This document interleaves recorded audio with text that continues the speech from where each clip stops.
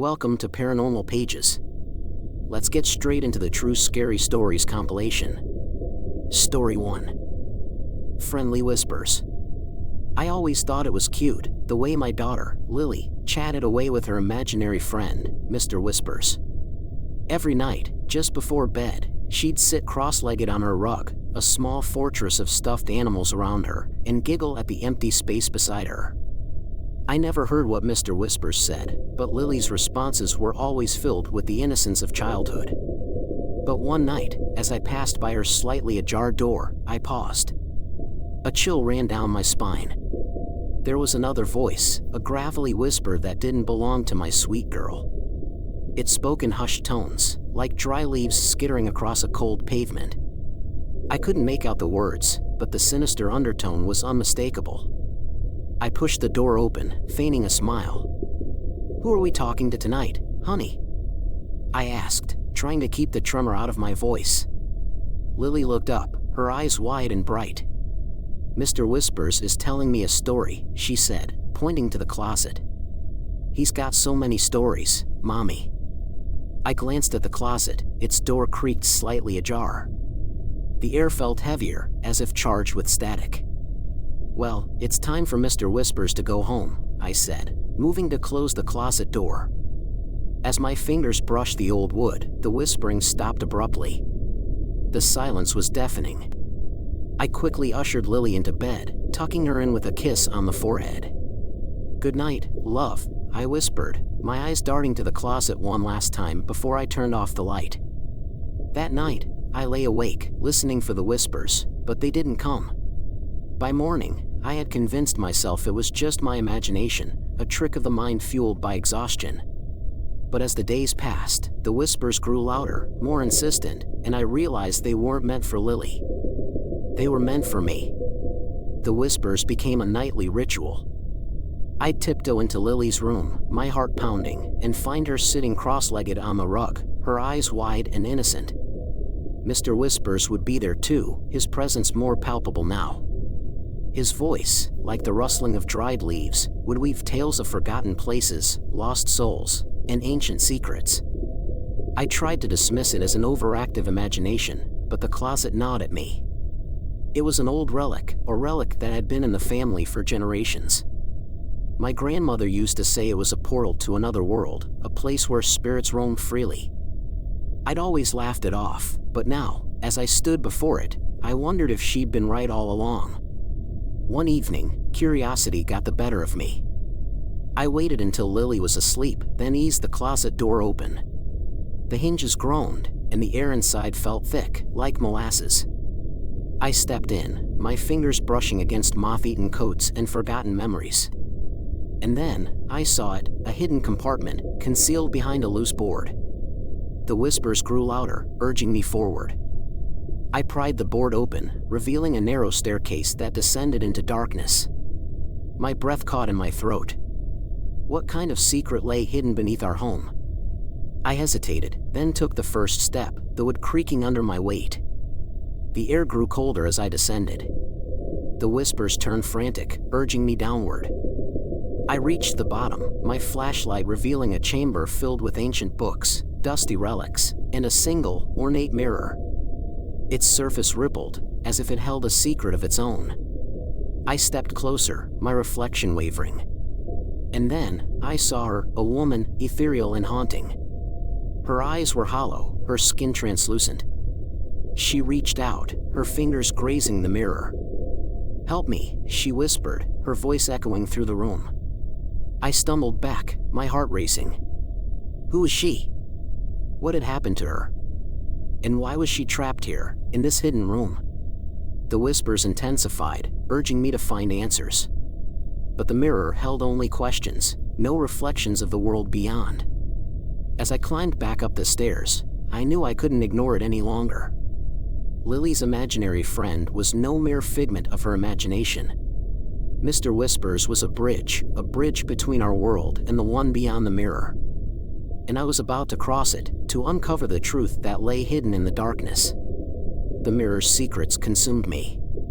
Each night, I'd descend the narrow staircase, drawn to the hidden room like a moth to a flame. The whispers guided me, their urgency pushing me deeper into the darkness. I read the ancient books, deciphering forgotten languages, piecing together the woman's tragic tale. Her name was Evelyn, and she had lived in our house centuries ago.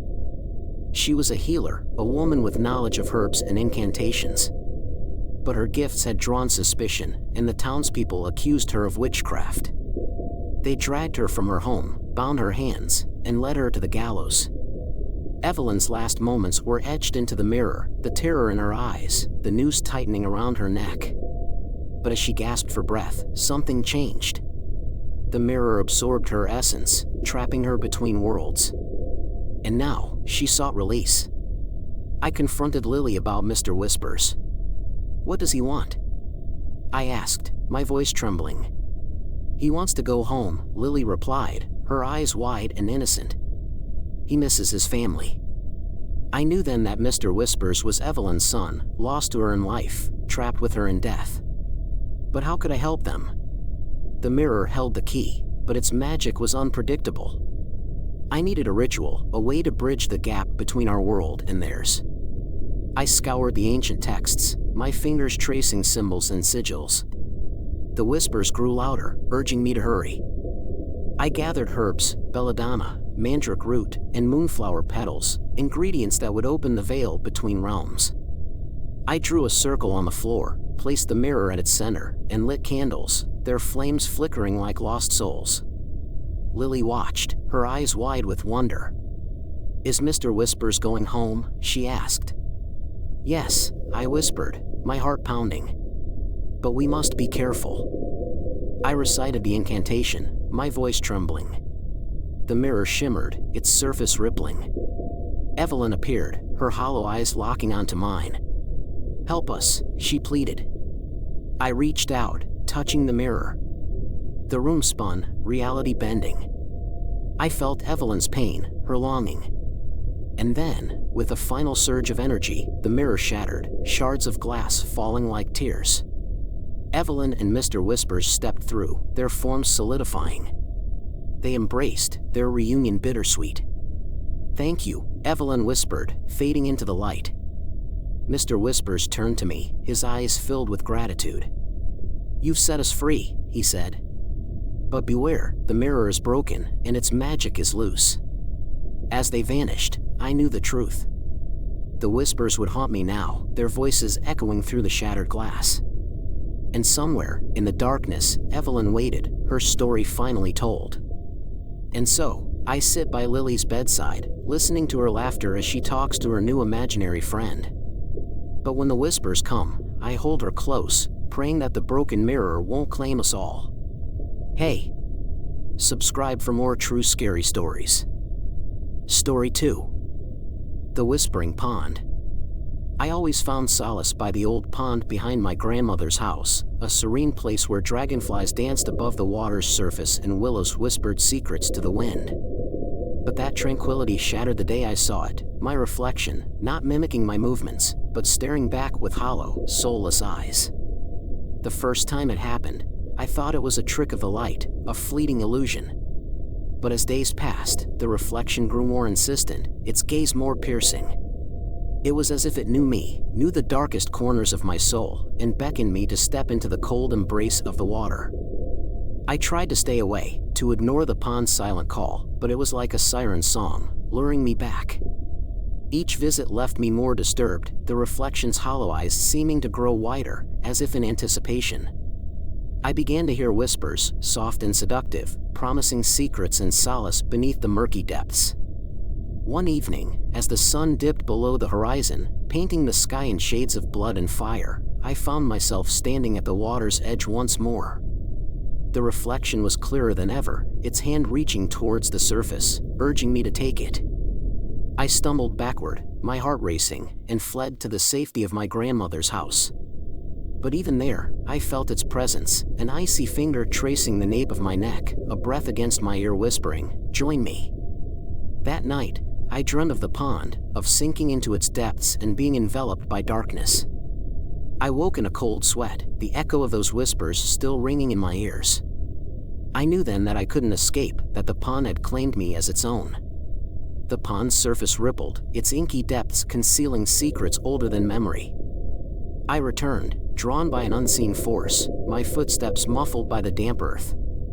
The reflection awaited me, its hollow eyes now filled with something more, a hunger, a longing.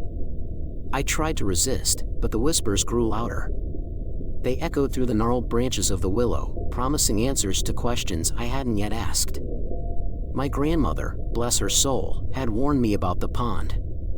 "Never look too long," she'd said, her voice trembling. "For the water mirrors more than flesh and bone." But curiosity gnawed at me like a persistent rat. I needed to understand. Why did the reflection beckon? What lay beneath its glassy surface? And why did it know my name? One moonless night, I stood at the water's edge, the reflection stretching its hand toward me. Its touch was cold, like the breath of a corpse. "Come," it murmured, and I felt my resolve crumble. The pond's depths yawned wide, inviting me to step into oblivion. I hesitated, torn between fear and fascination. The whispers intensified, weaving tales of forgotten lovers, of souls trapped in watery prisons. I glimpsed faces, men, women, children, swirling in the depths, their eyes pleading for release. My grandmother's words echoed, "The pond hungers for lost souls. It craves their memories, their pain." Was that why my reflection called to me? To join the chorus of the forgotten? I stepped closer, my reflection merging with the water. The whispers crescendoed, a cacophony of sorrow and longing. I saw my childhood, the swing in the backyard, my mother's laughter, my father's stern gaze. But there were gaps, like missing pages torn from a book. The pond's surface trembled, and I glimpsed a face, a woman with hollow eyes, her lips mouthing words I couldn't hear. She reached for me, and I knew her. My sister, lost to the pond years ago. I stumbled back, heart pounding. The reflection grinned, revealing rows of needle-sharp teeth. "Join us," it hissed. "Become one with the forgotten." I fled, but the whispers followed. They echoed in my dreams, pulling me back to the water's edge. The pond's hunger grew insatiable, and I feared that soon, I would be swallowed whole. The pond's pull grew relentless, a noose tightening around my sanity. Each night, I stood on the water's edge, torn between fear and fascination. The whispers had names now, lost souls who'd surrendered to the reflection's hollow eyes. I researched the pond's history, tracing it back to a forgotten village. The locals spoke of a curse, a pact with something ancient and hungry. The pond was a gateway, a mirror to the other side. Those who gazed too long were claimed, their memories devoured. My sister's face haunted me. She'd been curious too, drawn by the reflection's allure. I remembered her laughter, her defiance. But the pond had swallowed her, leaving only a void in our family, a void I couldn't fill. One night, I waded into the water. The reflection welcomed me, its touch icy against my skin. "Join us," it murmured. "Become whole." I hesitated, torn between life and oblivion. The whispers intensified, urging me to surrender. I glimpsed other faces, the blacksmith's son, the baker's wife, the old priest, all lost to the pond's hunger. I thought of my grandmother, her tearful warnings. She'd known the truth, seen the reflection herself. But she'd never told me why. Was it guilt? Fear?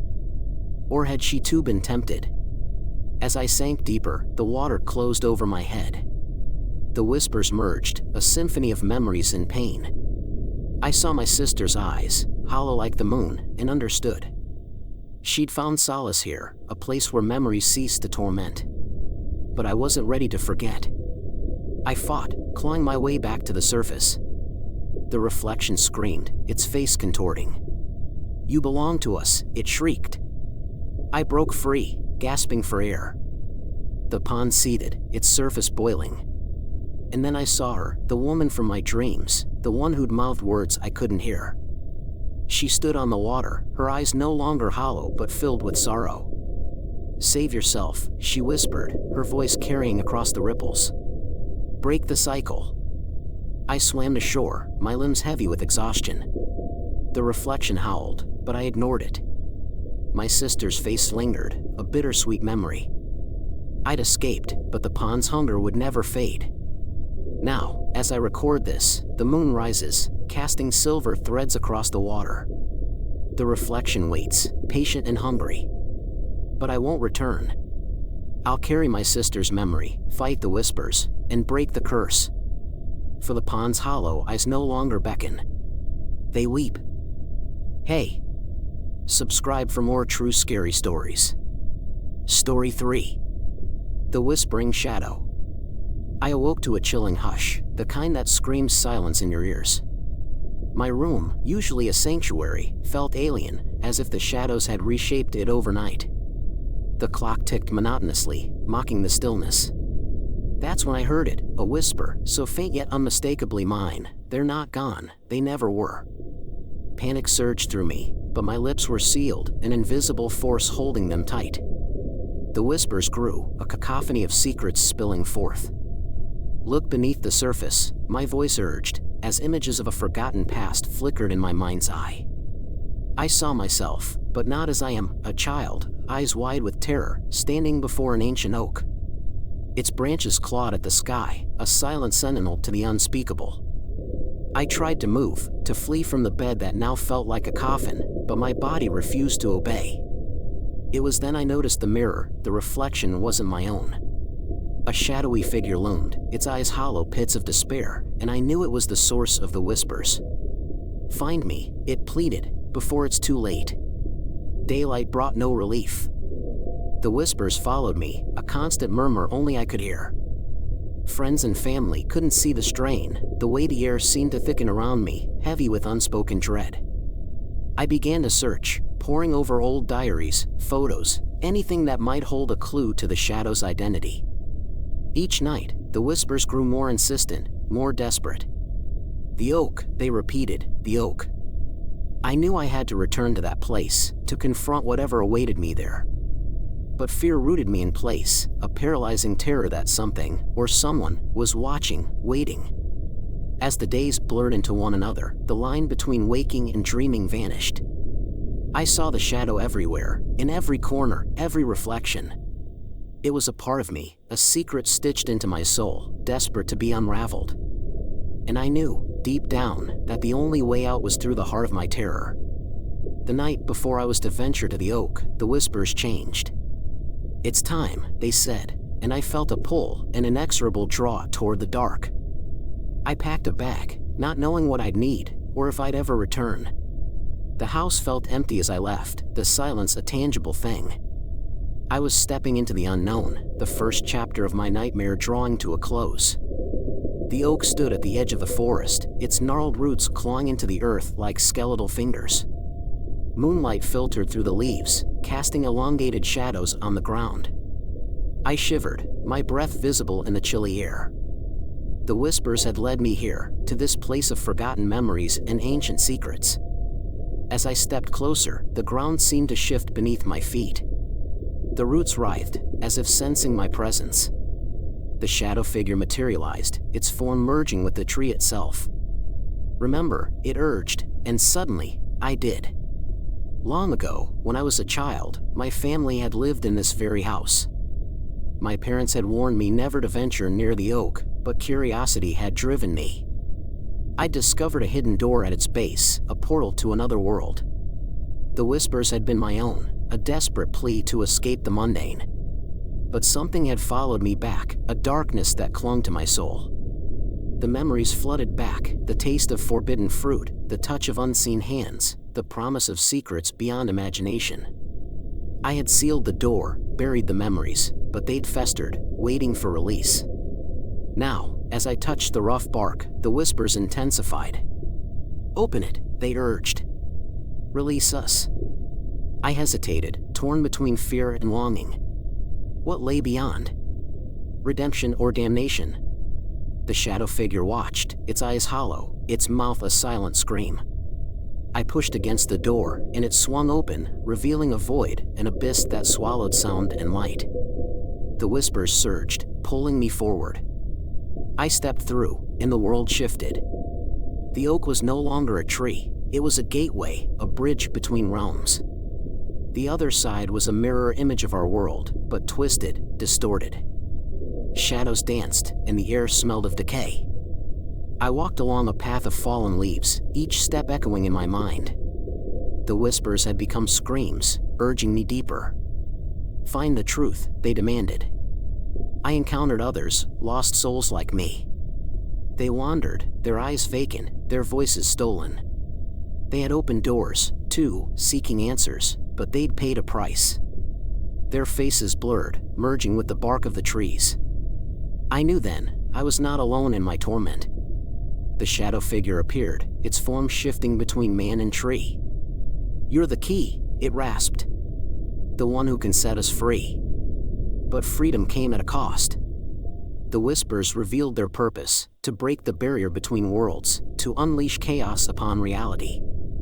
I had a choice, to close the door forever or to embrace the darkness. The oak loomed, its branches reaching for the sky. The whispers became a chant, a ritual. I raised my arms, my voice joining theirs. The ground trembled, and the barrier cracked. And that's when I saw her, the girl I once was, eyes wide with terror. She stood on the other side, hand outstretched. Help me, she mouthed, her voice lost to the void. I reached for her, but the shadow figure intervened. Choose, it hissed. Your world or ours. The girl's eyes held mine, pleading. She was a fragment of my past, a memory trapped in the liminal space between worlds.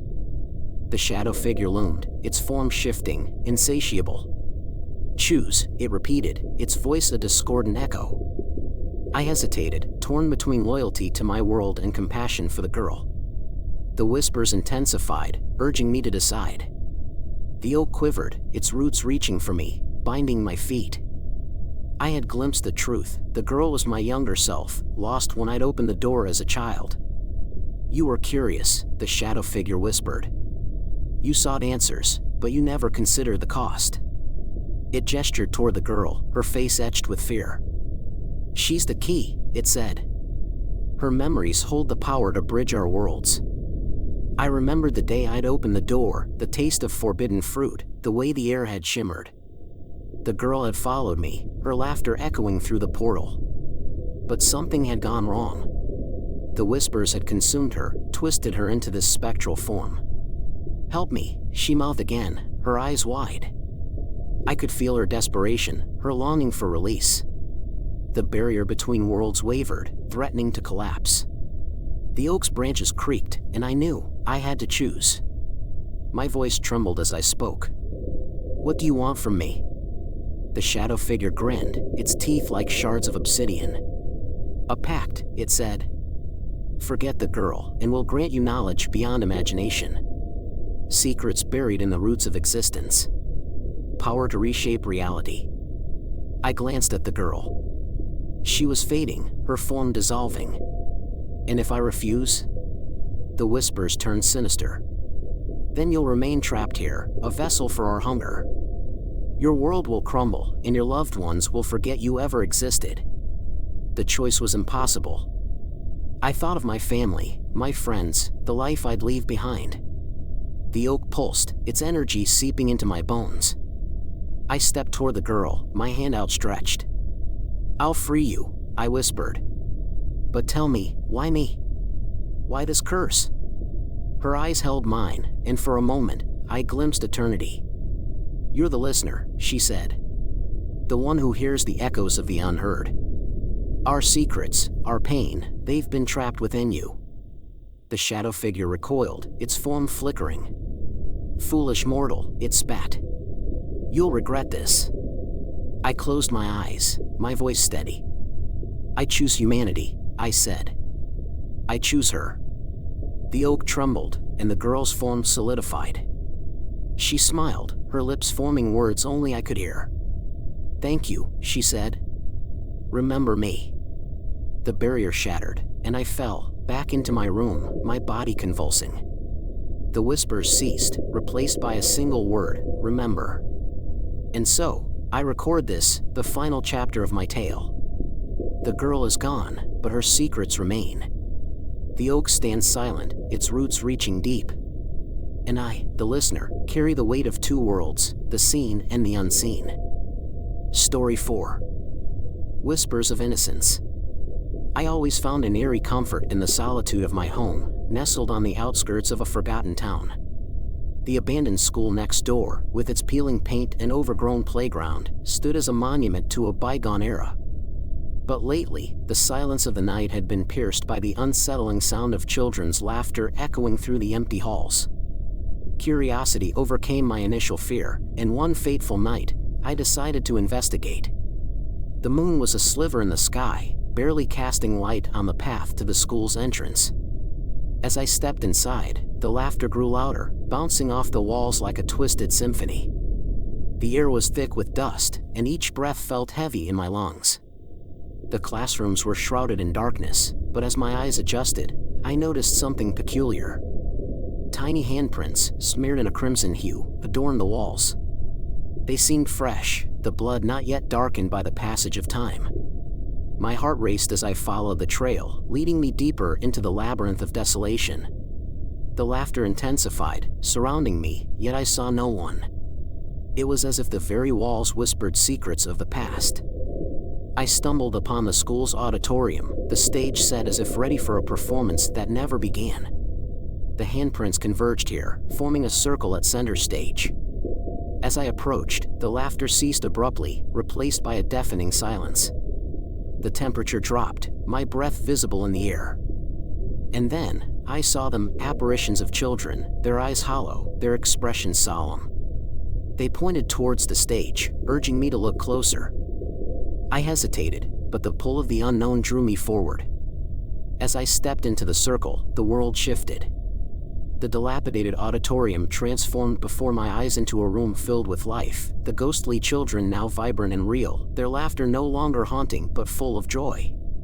But the illusion shattered as quickly as it appeared. The children's expressions turned to horror, their eyes fixated on something behind me. I turned to see what they saw, and that's when I heard it, a new sound, a sinister giggle, distinct from the innocent laughter before. The children's eyes widened, their terror mirroring my own. The sinister giggle grew louder, reverberating through the auditorium. I spun around, searching for the source, but there was nothing, no figure, no shadow, only the lingering scent of decay. The children clung to each other, their tiny hands trembling. Their laughter had turned into a chorus of desperate pleas. "Help us," they whispered, their voices barely audible. "We're trapped." I stepped off the stage, determined to unravel this macabre mystery. The handprints led me to the basement, a place where light dared not penetrate. The stairs creaked under my weight, and the air grew colder with each step.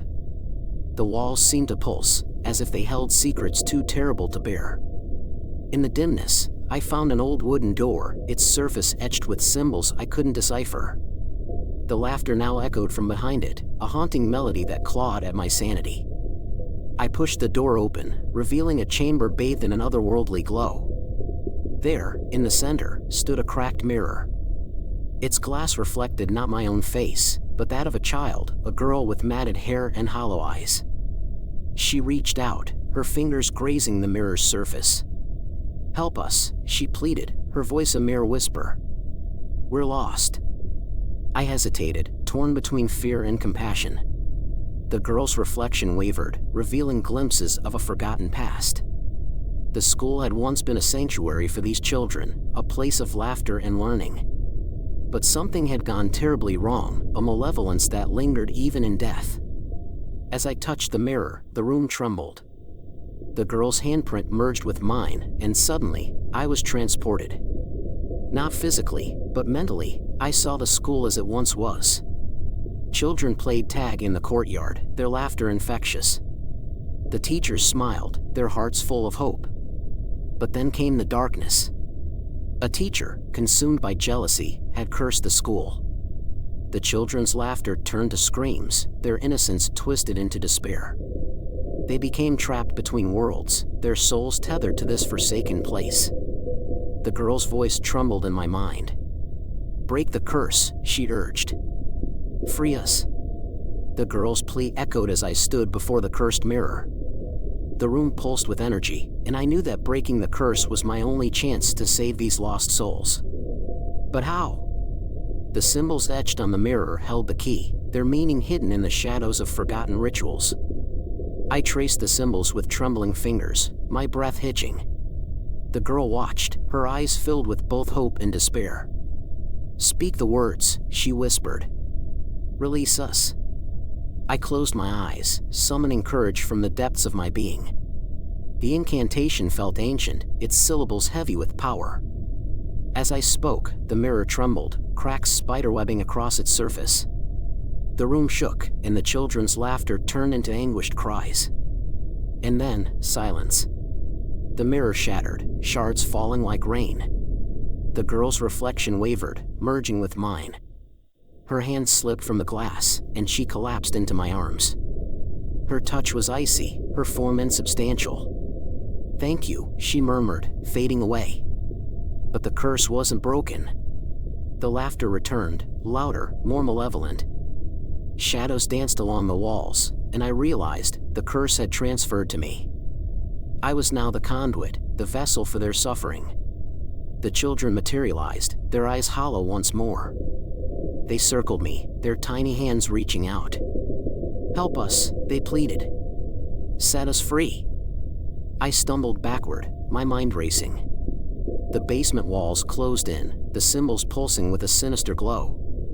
The girl's voice echoed, urging me to find the truth, the origin of the curse, the teacher who had damned them. I retraced my steps, back to the auditorium stage. The children followed, their footsteps silent. The laughter grew deafening, threatening to consume me. And there, in the spotlight, I saw her, the teacher, her face twisted with rage. "You meddle in things you don't understand," she hissed. "The children are mine." I confronted her, my voice steady. "Why curse them?" She laughed, a sound devoid of mirth. "Their laughter mocked me," she said. "Their innocence, it sickened me. So, I bound them here, forever." "But why?" I pressed. Her eyes flickered, revealing a hint of regret. "I wanted their laughter silenced," she confessed. "I wanted to be the only one who heard it." The children's cries intensified, their desperation pushing me forward. I lunged at the teacher, my hands closing around her throat. "Break the curse," I demanded. "Or suffer with them." Her eyes widened, and she gasped. "The mirror," she choked out.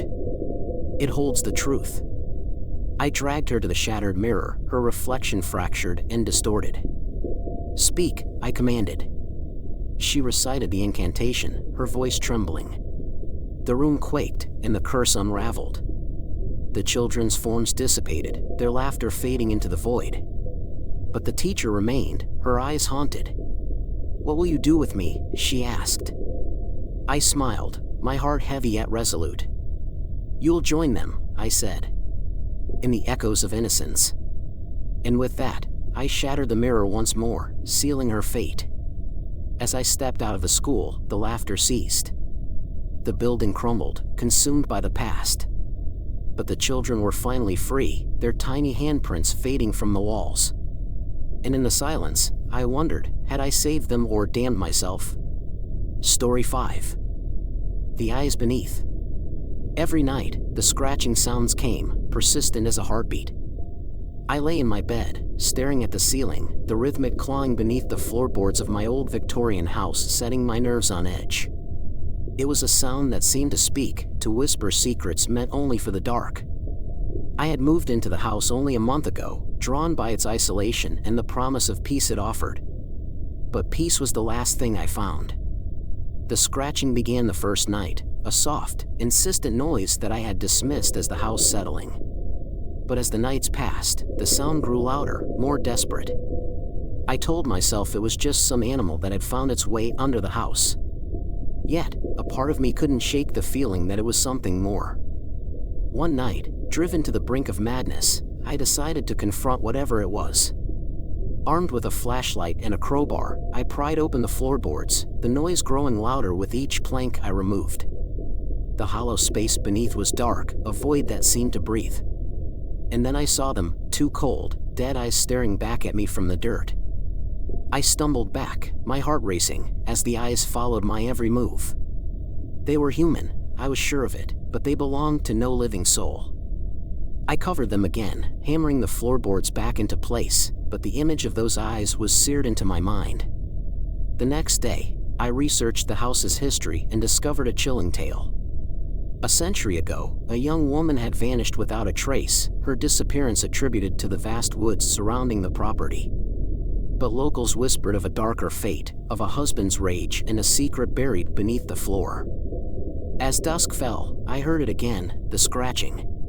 But this time, it was accompanied by a voice, a soft, feminine whisper that seemed to come from everywhere and nowhere. "Look deeper," it urged. I couldn't ignore it any longer. The eyes haunted my dreams. Their cold gaze followed me wherever I went, even in the daylight. I became obsessed, consumed by the need to uncover the truth. The whispers grew louder, urging me to look deeper. But how could I? The floorboards were sealed, and the dirt beneath held its secrets well. I spent my days researching the woman who had vanished, a young bride named Evelyn. Her husband, Henry, had been a recluse, rarely seen outside the house. Neighbors spoke of strange lights flickering in the windows at night, of eerie cries carried by the wind. And then there were the rumors, the ones that sent shivers down my spine. Henry had been a man of science, dabbling in the occult. He had claimed to communicate with the dead, to bridge the gap between this world and the next. But his experiments had gone horribly wrong, and Evelyn had paid the price. The townspeople whispered that he had trapped her soul beneath the floor, that her eyes were the only remnants of her existence. I couldn't ignore the truth any longer. Armed with a shovel, I returned to the bedroom. The scratching had become a constant companion, a symphony of dread. I dug, my hands blistering, until the earth gave way. And there, in the darkness, I found her, a skeletal hand reaching for the surface. Evelyn's eyes were empty sockets, but they bore into mine with a hunger that chilled my soul. She had been trapped for a century, her anger festering, her desire for revenge consuming her. I tried to pull her free, but the roots held her fast. The whispers turned to screams, and the room filled with a malevolent energy. As I struggled, the walls seemed to close in. The air grew thick, and I could barely breathe. And then, in a final act of desperation, I severed the roots. Evelyn rose, her form ethereal, her eyes burning with rage. She pointed toward the window, and I understood, I had to set her free. But as I lifted the sash, the room shook, the walls cracking. The house itself seemed to rebel, as if it knew the consequences of releasing her. And then, with a deafening roar, the floor collapsed, swallowing me whole. I awoke in darkness, my body aching, the scent of damp earth filling my nostrils. The floor had given way, plunging me into a hidden chamber beneath the house. The air was thick, suffocating, and I struggled to my feet. The walls were lined with roots, their gnarled fingers reaching toward me like long hands. Evelyn stood before me, her form flickering. Her eyes were no longer empty, they blazed with a hunger that defied death. "You freed me," she whispered, her voice echoing through the chamber. "But freedom comes at a cost. What do you want?" I asked, my voice barely audible. The room seemed to close in, the walls pulsing with a malevolent energy. "Revenge," she hissed. "A century of torment demands retribution." She pointed to the roots, their tendrils wrapped around her ankles. "These are my chains. Break them, and I will grant you a boon." I hesitated. What could she offer? But then I remembered the whispers, the ones that had driven me to madness. "What do you need?" Her laughter was hollow. "A vessel," she said. "A living host to carry my rage.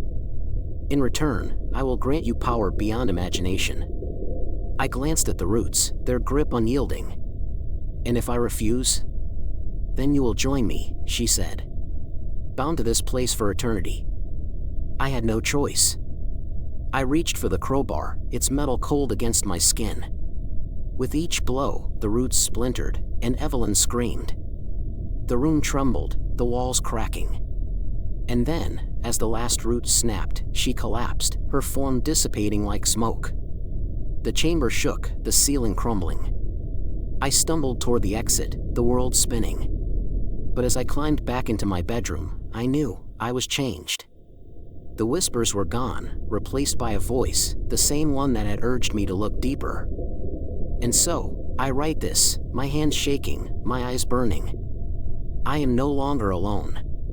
Evelyn lives within me, her rage my own. The scratching continues, but now it comes from within. And when I lift the floorboards, I see her eyes, cold, dead, and hungry. The house creaks, the walls shifting. I know what she wants, to be set free, to walk this world once more. But I am bound by an unseen pact. And so, I wait, my heart pounding, for the next victim to cross my threshold. Story 6. The Gaze Unseen. I always thought there was something off about the mannequins in Mr. Penumbra's boutique. Their poses too lifelike, their painted smiles too knowing.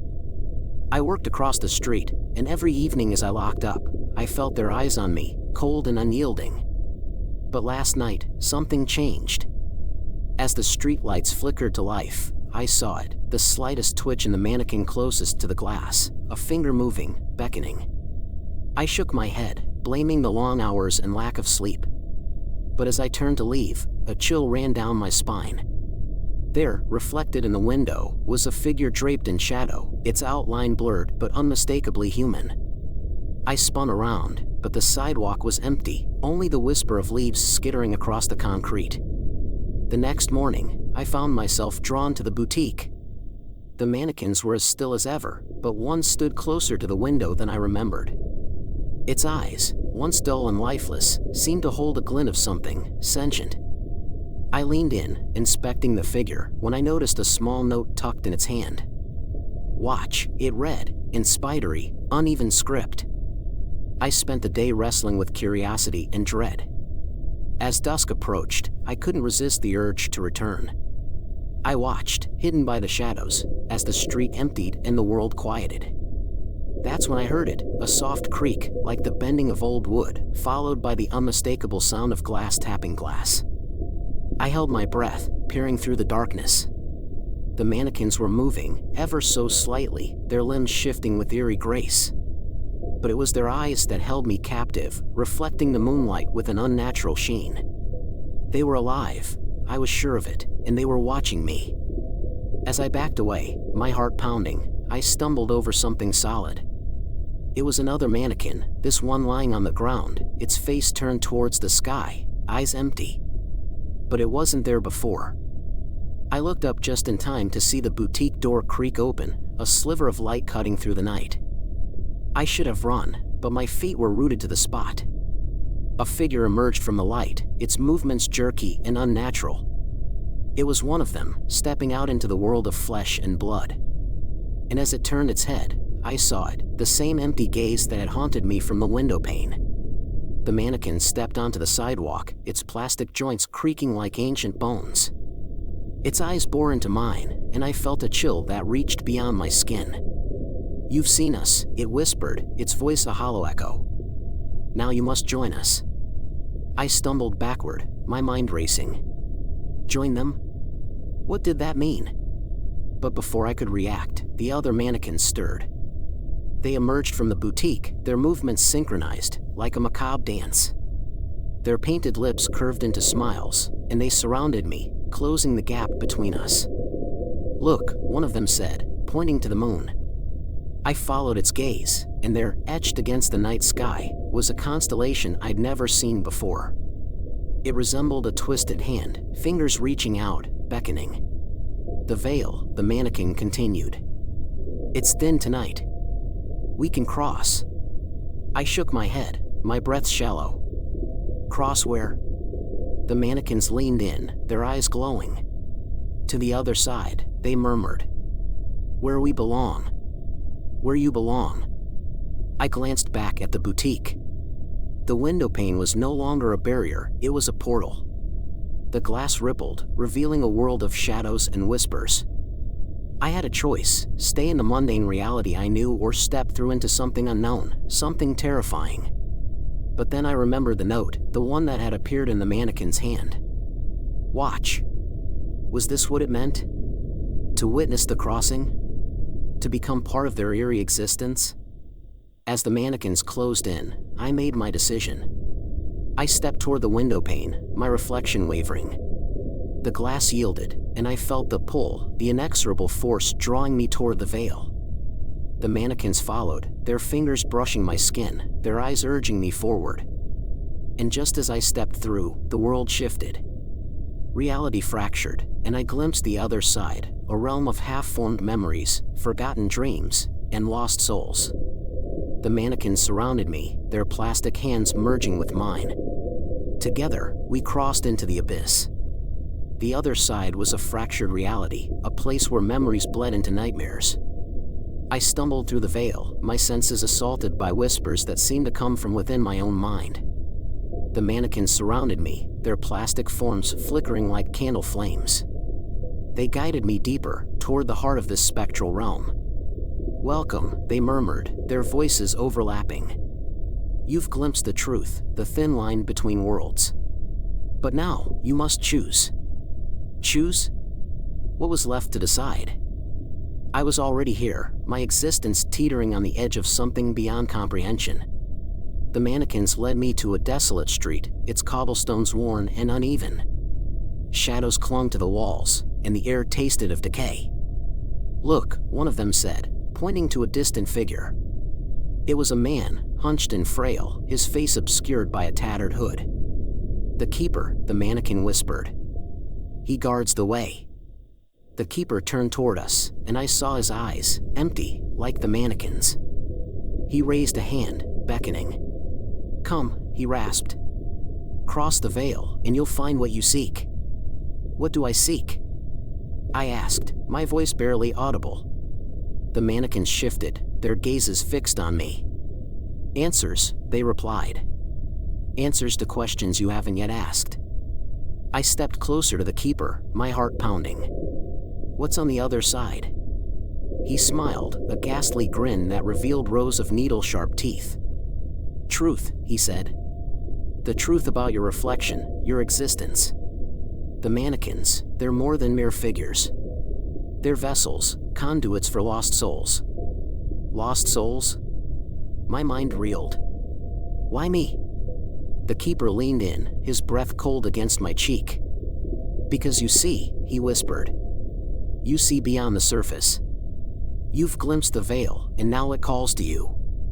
I looked back at the mannequins, their eyes pleading, their forms flickering. "What happens if I cross?" The keeper's laughter echoed through the empty street. "You become one of us," he said. "A guardian of the in-between. Forever watching, forever waiting." I hesitated. The mannequins reached for me, their plastic fingers brushing my skin. "Choose," they urged. "Choose before the veil closes." And so, with a final glance at the mundane world I'd left behind, I stepped forward. The veil enveloped me, its tendrils pulling me into the unknown. The mannequins followed, their eyes glowing brighter, their forms merging with mine. Now, I am both, part flesh, part plastic, part memory. I watch from the boutique window, my gaze fixed on the street. And when someone passes by, I reach out, my fingers brushing the glass. "Watch," I whisper, hoping they'll see, hoping they'll glimpse the truth. But most walk on, oblivious to the mannequins and the veil. They see only reflections, empty eyes staring back. And so, I wait for the one who will look deeper, who will cross over, who will join us in this eternal dance of shadows. Story 7. The Strand. I always prided myself on my meticulous nature, especially when it came to my home. Everything had a place, and there was a place for everything. That's why the first strand of hair in my soup was so jarring. It was long, much longer than mine, and as black as the void it seemed to mock me from. I live alone, have for years, so the presence of this alien thread in my meal was as unsettling as a whisper in an empty room. Days passed, and the strands kept appearing. In my cereal, on my toast, even nestled in the ice cubes of my water. I scoured my home for an explanation, but found none. The locks were secure, the windows sealed. No sign of entry, no sign of life other than my own. Yet, the hairs kept appearing, each one a silent scream that something was deeply wrong. Then came the note, a slip of paper that turned my blood to ice. "You look so pretty when you eat." The handwriting was elegant, almost loving. It was placed under my dinner plate, a plate I had set on a table I had cleaned. There was no denying it now, I was not alone. But who, or what, was my unseen guest? The following nights were sleepless, every shadow a suspect, every creak a declaration of my not-so-solitude. I set up cameras, I left traps, but nothing and no one appeared. The hairs, however, remained my constant, unwanted companions at every meal. One evening, as the sun dipped below the horizon and the world held its breath for nightfall, I found something new. A photo, face down beside my fork. The image was of me, eating, unaware of the lens, the observer. On the back, another note, "I'm getting closer." Panic rooted me to the spot. My sanctuary had been breached, my privacy shattered. The hairs, the notes, the photo, they were breadcrumbs leading to an inevitable conclusion. I was being watched, studied, perhaps even adored from a distance so close it was suffocating. As I sit here now, writing this with trembling hands, I can't shake the feeling of eyes on me. The walls seem to whisper, the floors to shift. I'm no longer sure what's real and what's a product of my frayed nerves. But one thing is certain, tonight, I dine with a ghost, and it hungers for more than just my company. The hairs multiplied, each meal a macabre tapestry of black strands. I tried to ignore them, to pretend they were mere nuisances, but their presence gnawed at my sanity. The unseen diner reveled in my discomfort, leaving notes that taunted me like a predator playing with its prey.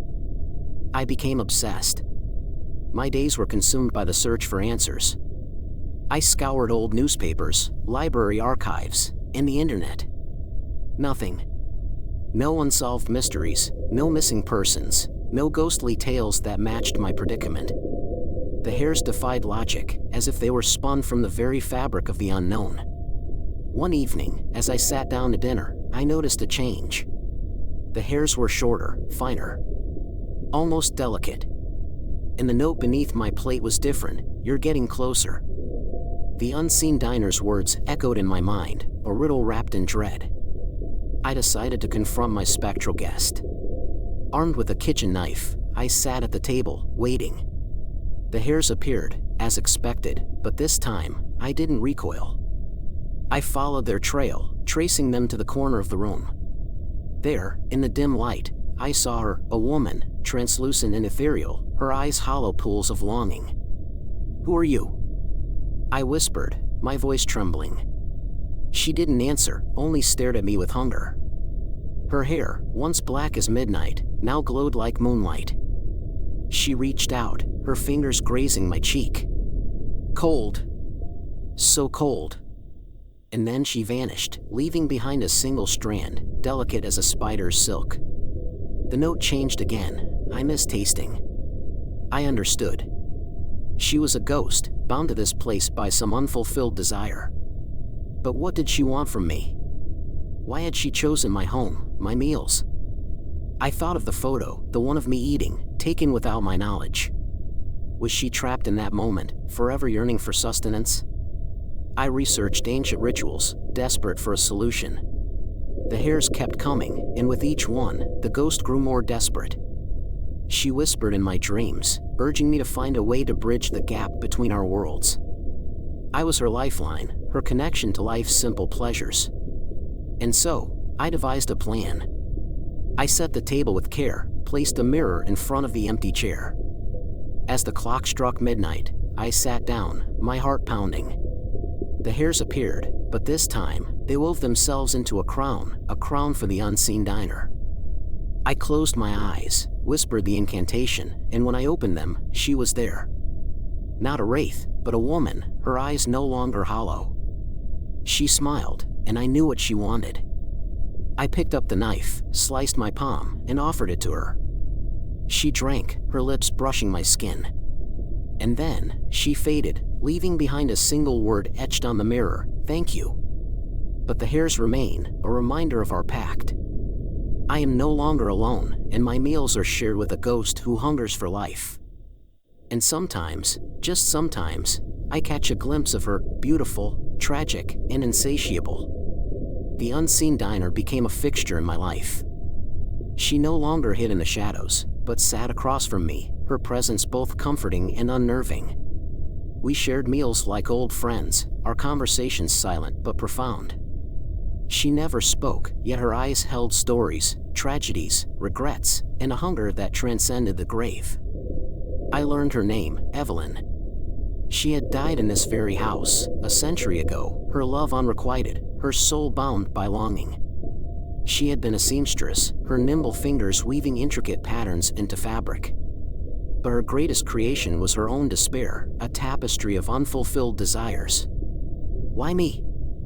I asked one night, as we sipped invisible wine. The hairs had become a part of our ritual, delicate threads connecting our worlds. Why did you choose me? Evelyn's gaze held mine.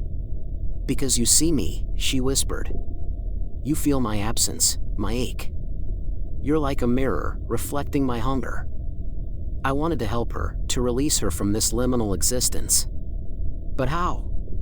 The hairs had led me to her, but they offered no solution. I researched ancient texts, consulted mediums, and even tried to communicate with her through Morse code. But Evelyn remained trapped, her translucent form fading with each passing day. Then, one evening, she placed a lock of her hair in my palm.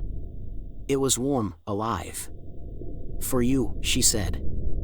A token of our bond. I understood. The hairs were more than reminders, they were conduits. Evelyn needed life force, and I was her unwitting donor. But what would happen if I severed our connection? Would she vanish, or worse?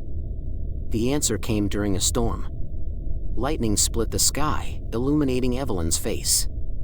She was fading, her features blurring like an old photograph. Help me, she pleaded. I'm slipping away. I took the kitchen knife, the same one I'd used to offer my blood, and cut the strand. Evelyn gasped, her form solidifying. Thank you, she whispered, her touch warm against my cheek. But the hairs kept coming, shorter now, finer. Evelyn's desperation grew. She whispered secrets in my ear, memories of lost love, of betrayal, of a promise unfulfilled. And then she revealed her final request, let me taste life one last time. I hesitated. What would it cost me? My own vitality? My sanity? But Evelyn's eyes held mine, and I knew I was her lifeline, her bridge to existence. I prepared a feast, a banquet fit for a ghost. The hairs wove themselves into a crown, and Evelyn sat at the head of the table, her eyes alight with anticipation. I sliced my palm, offered it to her. She drank, her lips brushing my skin. And as she did, I felt a surge of energy, a mingling of souls. Evelyn's form solidified, her beauty transcending time. She smiled, and I knew I had given her life, and in return, she had given me something more precious, release. As the clock struck midnight, Evelyn vanished, leaving behind a single note, bon appetit. And now, I sit alone, the hairs gone, the house silent. But sometimes, just sometimes, I catch a glimpse of her, a phantom at the edge of my vision, her eyes filled with gratitude. I wonder if she watches me, if she still tastes life through my senses. And I wonder, when my time comes, will someone else take my place? Will they find strands of hair in their food, hidden notes beneath their plates? Will they become the unseen diner, bound by hunger and longing? Story 8. The Silent Laughter. I had always been skeptical about the supernatural. Ghosts, spirits, things that go bump in the night, they were just stories to me, nothing more. That was until I took the job at the old Victorian house on Maple Street. The family was wealthy, the pay was good, and the kids were, well, I never actually saw the kids. The parents warned me about the house's quirks. Doors would slam shut, lights would flicker, and sometimes, late at night, you could hear laughter, the kind of laughter that only innocent children possess. They said it was just the wind, or the house settling. But I wasn't so sure. My first night alone, I settled into the plush sofa with a book, trying to ignore the creaks and groans of the ancient home. Then, just as the clock chimed midnight, it started. Faint at first, then growing louder, the unmistakable sound of children laughing. It echoed through the halls, playful and joyous. I froze, my heart pounding in my chest. I mustered the courage to stand and follow the sound, moving down the dimly lit hallway. The laughter seemed to be coming from everywhere and nowhere all at once. I checked the children's rooms, empty. The playroom, not a soul in sight. The laughter continued, bouncing off the walls, filling the space with eerie mirth. In desperation, I turned to the security system. The screens showed every corner of the house, but they were all empty. No children, no intruders, nothing that could explain the sounds that filled the air. Yet, there it was, clear as day through the speakers, the sound of children playing. I sat there, staring at the screens, listening to the laughter that had no source. My mind raced with possibilities, each more terrifying than the last. Was I losing my grip on reality? Or was the house truly haunted? As the laughter reached a crescendo, I felt a chill run down my spine. Something was very wrong here, and I was in the middle of it. The laughter stopped abruptly, leaving a silence that was almost suffocating. I knew then that I had to uncover the truth behind these ghostly echoes, no matter how scared I was. The next night, I sat in the dimly lit living room, my eyes glued to the security screens. The clock ticked past midnight, and the air grew colder. The laughter began again, soft at first, like distant whispers. I strained to hear, my breath catching as the sound intensified. I followed the echoes down the hallway, my footsteps muffled by the thick carpet. The walls seemed to close in on me, their faded wallpaper peeling, revealing glimpses of the past. The laughter led me to the attic door, a heavy wooden portal that hadn't been opened in years. I hesitated, my hand trembling as I reached for the brass knob. The door creaked open, revealing a narrow staircase. The laughter grew louder, pulling me upward. The attic was a maze of forgotten memories, dusty trunks, moth-eaten clothes, and old toys. But it was the antique mirror that caught my attention. Its ornate frame held secrets, and as I stared into its murky glass, I saw them, the children. They stood behind me, their faces obscured by shadows. Their laughter echoed, but their lips never moved. Their eyes held a sadness that chilled me to the bone. Who were they? Why were they trapped here? And why did they laugh? I searched the attic, desperate for answers. Old journals revealed snippets of the past, a family torn apart by tragedy, children lost too soon. The mirror seemed to pulse with energy, drawing me closer. I touched its surface, and the room spun. I was no longer in the attic, but standing in a sunlit garden. The children played, a boy and a girl, their laughter infectious. They chased butterflies, their giggles echoing through the air. But then darkness crept in, swallowing the garden. The children's laughter turned to screams, and I watched helplessly as they vanished, leaving only echoes behind. Back in the attic, I stumbled, disoriented. The mirror held their souls, trapped between worlds. They wanted something from me, but what? Their laughter had turned desperate, pleading. I vowed to uncover the truth, to free them from their spectral prison. As I descended the attic stairs, the laughter followed, growing louder, more insistent. The children were no longer playful, they were angry. They wanted release, and they would stop at nothing to get it. But what could I do? How could I break the curse that bound them? I returned to the security screens, watching the empty rooms. The laughter now echoed through the walls, vibrating the very foundation of the house. I knew I had to confront the mirror, to face whatever lay beyond. But as I stood before it, my reflection distorted, I hesitated.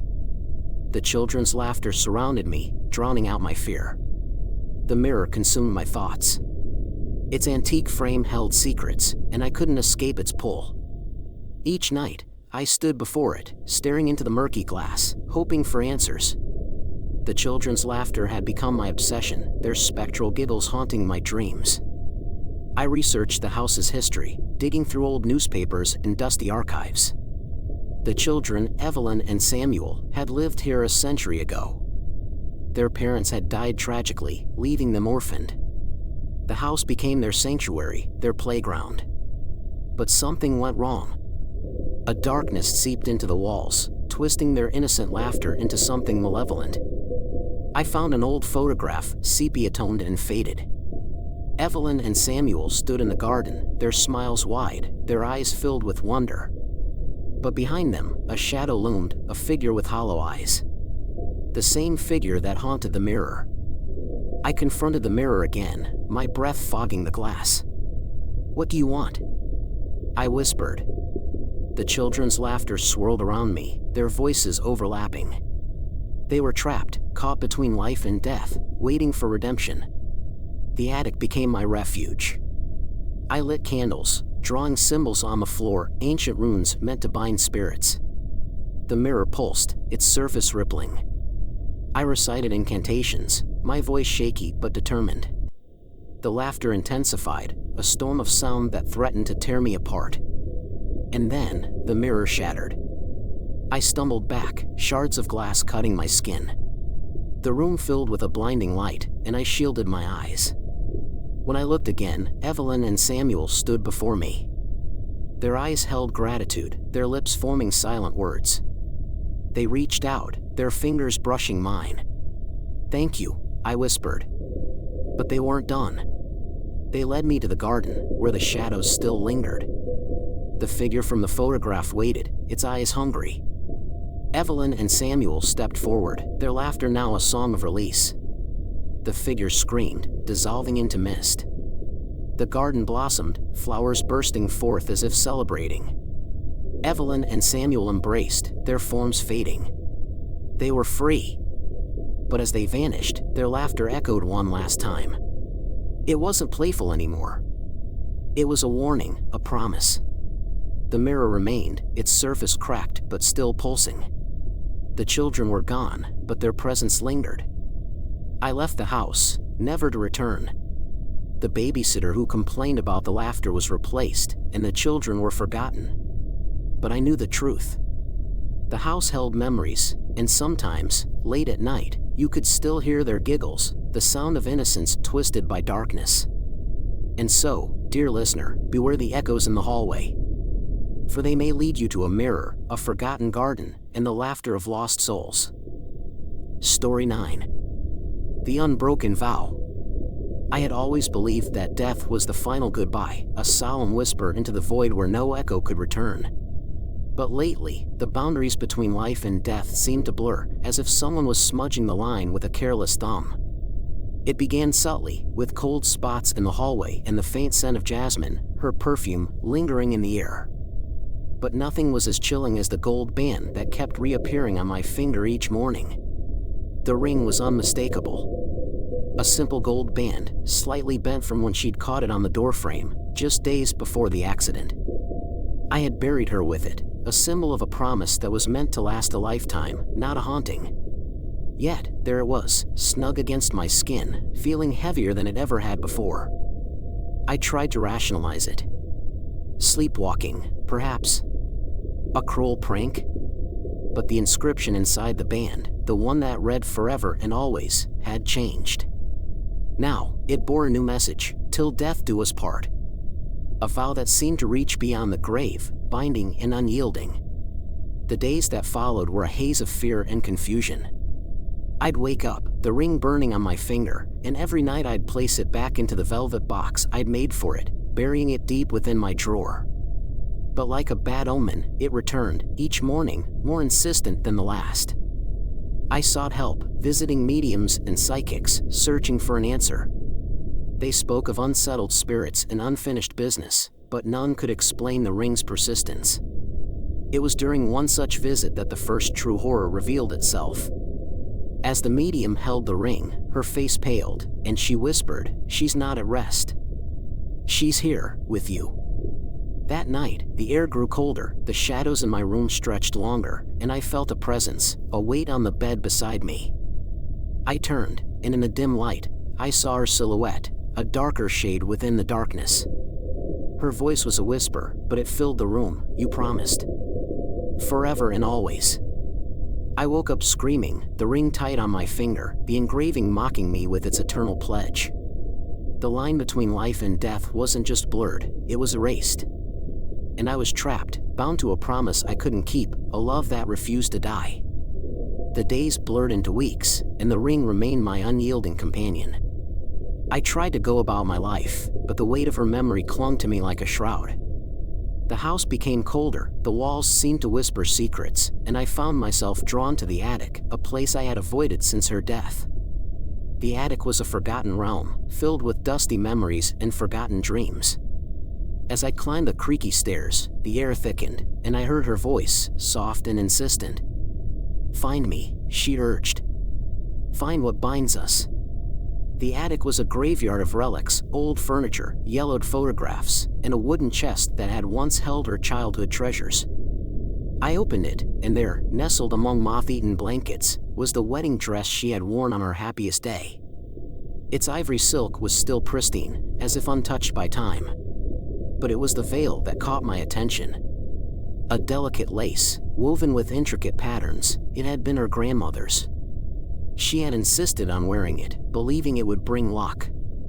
And now, it seemed to hold a secret, a connection to the other side. I draped the veil over my arm, the lace brushing against my skin. The room grew colder, and the whispers intensified. "Till death do us part," they murmured. "Till death do us part." I traced the veil's edges, searching for answers. And then, in the dim light, I saw it, a tiny tear, almost imperceptible. But it was enough. The veil was frayed, its threads unraveling, and with each unraveling, the bond between us weakened. I knew what I had to do. I took the veil to the backyard, where the moon hung low, casting elongated shadows. The ground was soft, as if waiting. I dug a shallow grave, the soil cool against my fingers. And there, beneath the moon's watchful gaze, I buried the veil. The whispers ceased, replaced by a hollow silence. The ring remained on my finger, but its grip loosened. I slept without dreams, without her presence haunting my nights. For a while, I believed I had broken the curse. But then, one stormy night, lightning illuminated the room, and there she stood, her eyes hollow, her lips moving soundlessly. The veil was back, draped over her ethereal form, and the ring burned, its inscription now etched in crimson. "Till death do us part," she mouthed, and I knew then that death was no escape. She was bound to me, the veil a conduit between worlds. And as the storm raged outside, I wondered if love could be a curse, if promises made in joy could become chains in sorrow. The veil became my obsession, its delicate threads unraveling like the fabric of reality itself. I traced the tear, my fingers trembling, and wondered what lay beyond. She had always been curious, my wife, a seeker of hidden truths, a lover of mysteries. Perhaps that's why she lingered, her spirit tethered to the veil, to me. I researched ancient rituals, desperate for answers. The veil was more than lace, it was a bridge, a portal between worlds. And so, on a moonless night, I stood in the backyard, the veil clutched in my hands. The wind whispered secrets, and the stars blinked, as if urging me forward. The ritual was simple, yet its consequences were anything but. I placed the veil on the ground, its tear facing the sky. I recited the words I had found in an old grimoire, words that tasted of salt and sorrow. The earth trembled, and the veil glowed, its threads weaving a pattern only I could see. "Release her," I pleaded, my voice lost in the wind. "Let her find peace." The veil shuddered, and then it split, revealing a void, a darkness that threatened to swallow me whole. I stepped forward, my heart pounding, and the veil closed behind me. I was no longer in my backyard, no longer bound by earthly laws. The other side was a mirror image of our world, yet twisted, distorted. Shadows danced, and the air smelled of decay. And there, standing before me, was my wife, or what remained of her. Her eyes were hollow, her skin translucent. She wore the wedding dress, the veil now whole, its tear mended. "You came," she whispered, and her voice echoed through the void. "But there's a price." I knew then that I had entered a bargain, a pact with the veil itself. She reached out, her fingers brushing mine, and I felt the weight of eternity. "You can stay," she said, "but you'll forget. Forget everything, your name, your past, your love for me." I hesitated. The memories of our life together flooded my mind, our laughter, our fights, our stolen kisses. But they were fading, slipping through my fingers like sand. And in their place, a new truth emerged. The veil was hungry, insatiable. "I'll stay," I whispered, and she smiled, her lips cold against mine. The veil wrapped around us, cocooning us in darkness. And as I forgot, I wondered if love was worth the sacrifice, if eternity was a blessing or a curse.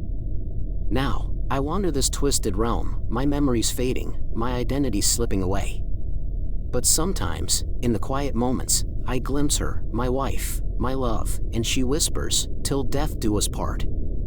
And I wonder if death was ever an end, or just the beginning of something darker. The unbroken vow remains, etched in my soul, a promise unbroken, a love unyielding. Story 10. Shifting Faces. I always believed our old home held secrets, but nothing prepared me for the chilling discovery in the dust-laden corners of the basement. Amidst the cobwebs and forgotten trinkets, an old photograph caught my eye. It was a family portrait, the kind you'd expect to see in a history book, not in your own home. The family, dressed in attire from a bygone era, stared back with an eerie stillness. I didn't recognize them, and their presence in our house puzzled me. As I peered closer, the air grew cold, and the edges of the photograph seemed to blur. The faces, once stoic, began to contort into expressions of sheer terror. Their eyes, hollow with fear, seemed to follow me, and their mouths twisted as if screaming silent warnings. I dropped the photo in shock, but when I looked again, the faces had returned to normal, their expressions blank and unchanging.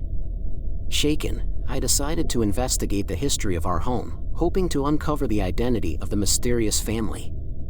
The local library held archives of the town's residents, and after hours of searching, I found a match. The family was the Harringtons, who vanished without a trace over a century ago. The article mentioned a tragedy but gave no further details. That night, sleep eluded me. The faces from the photograph haunted my dreams, morphing into demonic forms, their twisted features a stark contrast to the silence of the portrait. I awoke to a house filled with whispers, the words indiscernible but laced with urgency.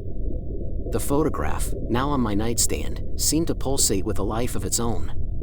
The following day, I invited my friend, an amateur psychic, to examine the photograph.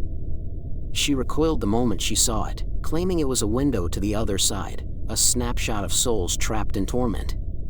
She warned me to rid the house of the photograph, but curiosity anchored it to my hands. As dusk approached, the atmosphere in the house thickened. Shadows danced along the walls, and the temperature plummeted. I could feel eyes upon me, watching, waiting. The photograph's power was growing, and with it, a sense of impending doom. I knew I had to act, to delve deeper into the mystery of the Harringtons, but fear rooted me in place. The night brought no relief. The whispers grew louder, forming a cacophony of desperate pleas. I could almost make out their words, begging for release, for salvation. The photograph was no longer just an image, it was a portal, and I had unwittingly opened it. As I lay in bed, paralyzed by dread, a figure materialized at the foot of my bed, its face a shifting mask of anguish. The figure at the foot of my bed was no mere apparition. Its eyes bore into mine, pleading for release. I could almost hear its voice, a guttural whisper that echoed through the room. "Help us," it seemed to say, "free us from this eternal torment." I stumbled backward, my heart racing. The photograph lay on the nightstand, its edges curling as if scorched by unseen flames. The air thickened, suffocating, and I knew I had to confront the truth. The Harringtons were trapped, their souls tethered to that cursed image. Desperation drove me to research further. The town archives yielded little, but an old diary surfaced, a fragile relic hidden in the attic. The author, a maid named Eliza, had served the Harringtons during their final days. Her words trembled across the yellowed pages, recounting a sinister secret. The Harringtons had dabbled in forbidden rituals, seeking immortality. Their obsession led them to a mysterious portrait artist who promised eternal life through his brushstrokes. Eliza described the sittings, the family posing, their expressions growing more twisted with each stroke of the artist's brush. The final portrait was a grotesque mockery of life, capturing their agony as they realized the cost of their desires. The artist vanished, leaving behind the cursed photograph. Eliza's last entry revealed her own transformation, her face contorting, her screams unheard by the oblivious Harringtons. She had become the guardian of their suffering, bound to the image until someone dared to break the curse. I returned to the photograph, trembling. The faces now shifted incessantly, their pain etched deeper. Eliza's ghost lingered, urging me to unravel the mystery. But how? The artist's name remained unknown, and the ritual's details were lost to time. As the moon reached its zenith, I made my decision. Armed with the diary and a candle, I descended into the basement. The photograph awaited me, its malevolence palpable. I whispered Eliza's name, and the air crackled. The faces twisted, their silent screams louder. I traced the brushstrokes with trembling fingers, retracing the artist's path. The room blurred, and I glimpsed the artist, a gaunt man with hollow eyes. His voice slithered into my mind, revealing the truth. The Harringtons' immortality came at a cost, their souls trapped, their agony feeding the artist's power. Eliza's ghost materialized, her eyes pleading. "Break the cycle," she urged. "Destroy the portrait." I hesitated. The artist's curse had seeped into my bones, and I feared losing myself. But the faces, those shifting, tormented faces, compelled me. I raised the candle, its flame dancing. The photograph ignited, and the room filled with anguished wails. The faces melted, their features merging into one, a grotesque mask of suffering. The artist's voice echoed, promising retribution. The flames consumed the image, and Eliza's ghost dissolved, her final words etched in my mind: "The curse is broken, but the artist remains." The flames consumed the cursed photograph, leaving behind a lingering scent of sulfur. Eliza's ghost had vanished, her purpose fulfilled, but the artist, the architect of their suffering, remained elusive. I knew my task was far from over. The diary hinted at a hidden chamber beneath the house, a place where the artist had conducted his dark rituals. Armed with a lantern and a sense of grim determination, I descended into the depths. The air grew colder, and the walls seemed to pulse with malevolence. The chamber was a nightmare, a twisted reflection of reality. Paintings adorned the walls, each capturing moments of agony. Faces contorted, limbs stretched, and eyes wept blood. The artist's work transcended mere art. It was a conduit for pain, a channel to the netherworld. In the center of the room stood an easel, its canvas blank. The artist materialized, his form shifting like smoke. His eyes held centuries of knowledge, and his voice slithered into my mind. "You've broken the curse," he said, "but at what cost?" I demanded answers. Why had he ensnared the Harringtons? What drove him to create such abominations? His laughter echoed, chilling my bones. "Immortality," he whispered. "The ultimate masterpiece. But it requires sacrifice, the souls of the innocent." He offered me a choice: join him in eternal creation or become another face on his canvas. I refused, my resolve unyielding. The easel beckoned, and I knew my fate hung in the balance. The artist's brush hovered, poised to capture my essence. I glanced at the lantern, the flame flickering, casting shadows on the walls. An idea sparked, a desperate gamble. I lunged, knocking the easel aside. The artist screamed, his form unraveling. The lantern shattered, and the flames consumed him. As the room collapsed, I stumbled back into the basement. The house trembled, its foundation cracking. The artist's curse unraveled, and the walls bled memories, the Harringtons' faces shifting one last time. Their eyes held gratitude, and then they were gone. Now, as I stand amidst the rubble, I wonder if I've truly broken the cycle. The artist's whispers linger, promising vengeance. But the photograph, the cursed relic, is no more. I've paid the price, and the house groans, its time-worn secrets laid bare. The portrait artist's legacy lives on, but perhaps in the void left by the Harringtons, there's a chance for redemption. Or perhaps the shifting faces will haunt me forever, their silent screams etched into my soul. And so, dear reader, beware the forgotten portraits, the ones that whisper of immortality and weave nightmares from brushstrokes. For in their depths lies a darkness beyond comprehension, waiting to ensnare the curious and the desperate. Story 11. The Phantom Passenger. I had always prided myself on being rational, a man of science who dismissed the supernatural. But that was before the nightmares began, before I started waking up to the coppery smell of blood and faint giggles that faded with the morning light. It started exactly 3 years after the accident, the hit and run that I had buried deep within my conscience, convinced it was just a deer I had struck that foggy night. But she wouldn't let me forget. The girl with the emerald eyes and the bloodied school uniform appeared every time I closed my eyes. She didn't speak, she didn't have to. Her accusing stare said everything her lips did not. I began to dread sleep, for sleep brought her closer to me, made her more real than the waking world. The first time I found the bloodstains on my hands, I scrubbed them raw, telling myself it was just a manifestation of my guilt. But how could guilt leave such tangible traces? How could it echo her laughter through the halls of my once peaceful home? I sought help, of course. Therapists, psychics, even a priest.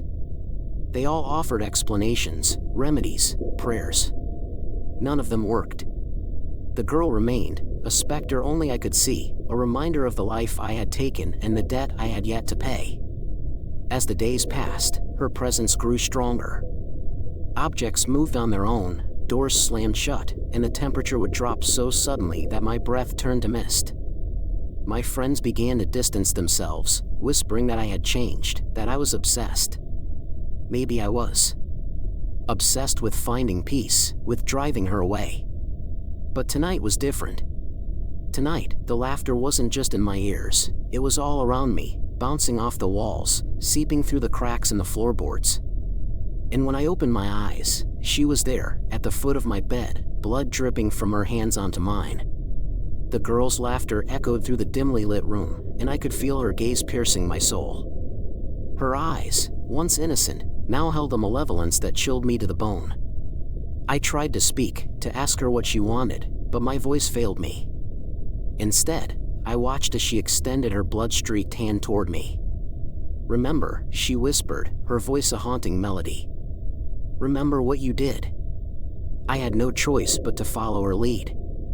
She led me to the attic, where dust-covered boxes held forgotten memories. She pointed to one, the box labeled keepsakes. Trembling, I opened it, revealing a faded photograph of a little girl with emerald eyes. It was her, the girl I had killed. "Why?" I choked out. "Why won't you let me forget?" Her laughter intensified, filling the room until it seemed to press against my chest. "Because you promised," she said. "You promised to remember." I had no recollection of such a promise, but the girl's insistence was unyielding. She guided my trembling hand to a rusty knife lying among the keepsakes. "The blood pact," she murmured. "To atone for your sin." I hesitated, but the weight of guilt pushed me forward. The blade sliced through my palm, and I watched in horror as my blood mingled with hers. The room spun, and I felt myself falling into darkness. When I woke, the girl was gone, but the bloodstains remained. My hand throbbed, and the laughter still echoed in my ears. I stumbled downstairs, desperate for answers. The old woman next door, the one who had lived here for decades, knew the truth. "You're not the first," she said, her eyes filled with sorrow. "The girl, the one you killed, she's been seeking justice for years. She chooses someone like you, to carry her burden." "But why?" I whispered. "Because she can't rest until her killer pays," the old woman replied. "And now, you're bound to her. The blood pact ensures it." I tried to flee, but the girl's presence followed me. She whispered in my dreams, urging me to find her body, to give her a proper burial. And so, I dug in the moonlit graveyard, my hands clawing at the earth until I uncovered her remains. But as I laid her bones to rest, the laughter turned to screams. The ground trembled, and the tombstone cracked. The girl emerged, her eyes no longer accusing but pleading. "Help me," she begged. "Help me find peace." And that's when I realized the blood pact wasn't just about atonement. It was a pact of vengeance. The girl wanted more than my guilt, she wanted my soul.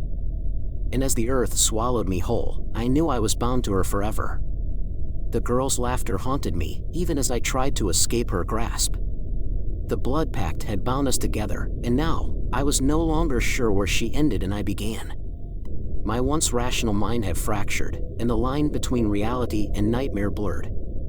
I returned to the old woman, desperate for answers.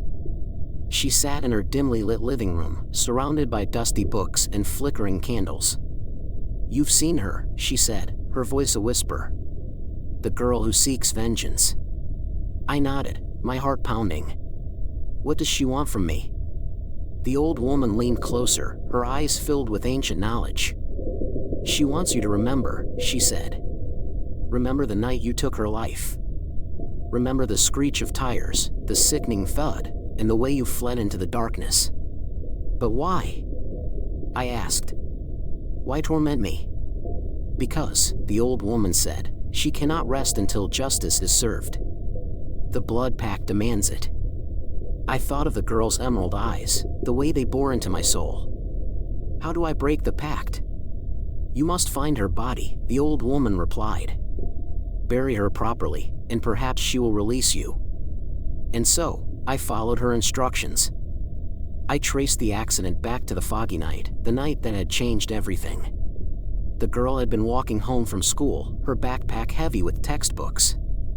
I had been reckless, speeding through the narrow road, and when I saw her, it was too late. I found her grave in an overgrown cemetery, the headstone cracked and weathered. As I dug, the earth seemed to fight back, clawing at my hands, but I persisted. The girl's bones emerged, fragile and brittle. Tears blurred my vision as I cradled her skull, whispering apologies. But when I laid her to rest, the ground trembled. The tombstone shattered, and the girl rose, her eyes no longer accusing but filled with gratitude. "Thank you," she said. "Thank you for setting me free." I expected peace, closure, but instead, the laughter returned. The girl's laughter, now mingled with mine. She had taken something from me, the last remnants of my sanity. And as I stared into her eyes, I understood. The blood pact wasn't about justice, it was about revenge. She had become my phantom passenger, my constant companion. Every time I closed my eyes, she was there, whispering secrets, urging me to remember. And now, as I stand on the edge of the cliff, the wind howling around me, I know what I must do. The girl's laughter echoes in my ears, urging me forward.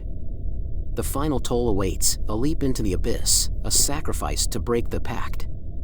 But will it be enough? Will she finally find peace, or will she drag me down with her? The choice is mine, and as I step off the precipice, I wonder if redemption awaits or if the girl's laughter will follow me into eternity.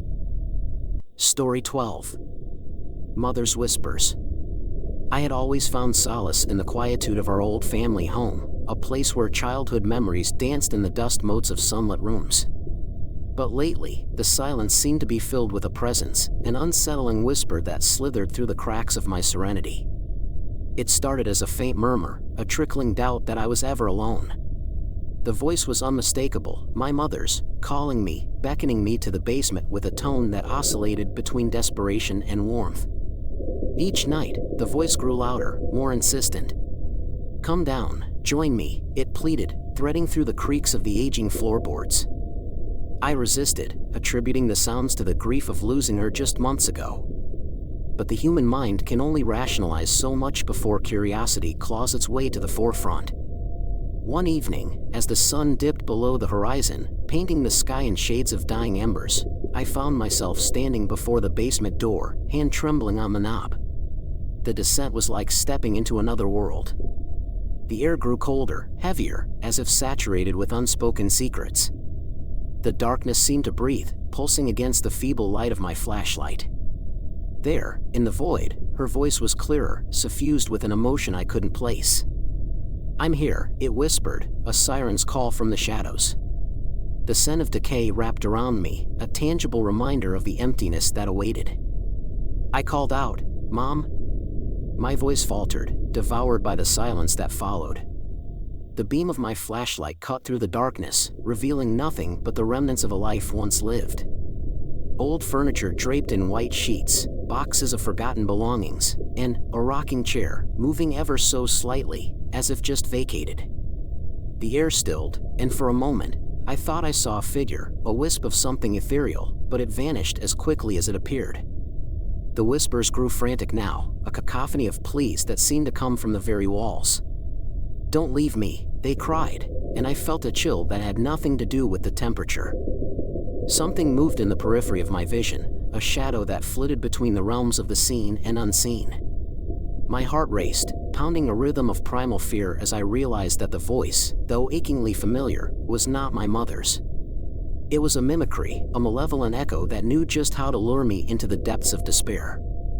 The realization hit me like a physical blow, and I stumbled backward, the flashlight slipping from my grasp. In the ensuing darkness, I heard it, a soft, guttural growl that seemed to come from everywhere and nowhere. Panic seized me, and I turned to flee, but the stairs were no longer there. Instead, there was only the gaping maw of an endless abyss, and the voice, my mother's voice, laughing as I fell. The fall felt eternal, a descent into madness where time lost its meaning and the darkness consumed all hope. When I finally landed, it was not with the bone-crushing finality I expected, but a soft thud on a cold, dirt floor. Disoriented, I scrambled to my feet, the darkness around me so complete it felt like a physical entity, pressing against my skin, filling my lungs with its icy breath. Where am I? The question was a mere whisper, but it boomed in the silence, bouncing off unseen walls. There was no answer, only the echo of my own voice, distorted and strange. I fumbled in the dark, searching for my lost flashlight, but my hands found something else, something warm, pulsating, and slick. I recoiled in horror, the realization dawning on me that I was not alone. The air shifted, and I sensed movement, a slithering, creeping motion that made my skin crawl. "Who's there?" I demanded, my voice cracking with fear. Silence, then a soft, mocking chuckle that seemed to come from right beside me. "You shouldn't have come," it hissed, a voice that was both my mother's and not, a twisted doppelganger of comfort turned sinister. I stumbled blindly, my hands outstretched, seeking an escape from the voice and the unseen presence that stalked me. The ground beneath me was uneven, littered with objects that crunched and squelched underfoot. I didn't dare imagine what they were. The scent of decay was stronger here, a cloying, wet smell that spoke of rot and forgotten things. Then, a light, a faint, flickering glow in the distance. I moved towards it, driven by a desperate hope that it might lead me out of this nightmare. But as I drew closer, the light revealed itself to be not an exit, but a tableau of horror. Figures stood in the dimness, mannequins posed in a grotesque imitation of life, their faces twisted in silent screams. And among them, a chair, its back to me, rocking gently as if occupied. I approached, my heart pounding a frantic rhythm. The chair turned, and I saw her, my mother, or the thing that wore her face. Her eyes were hollow, black pits that seemed to stare into my very soul. "Join me," she crooned, her voice a serpentine caress that filled the room. I wanted to run, to scream, but my body betrayed me, moving closer of its own accord. Her hands reached out, fingers elongated and claw-like, beckoning me to embrace the darkness with her. I was inches away when I saw it, the truth in those abyssal eyes, the malevolence that lurked within. This was no loving reunion, it was a trap, a snare set by something ancient and evil. With a surge of willpower, I broke free from its spell, turning to flee once more. But the mannequins blocked my path, their once still forms now animated with a life that was not their own. They moved towards me, a legion of the damned, their hands outstretched, grasping. I was surrounded, the voice of my not mother laughing as the hands closed in, pulling me into the darkness.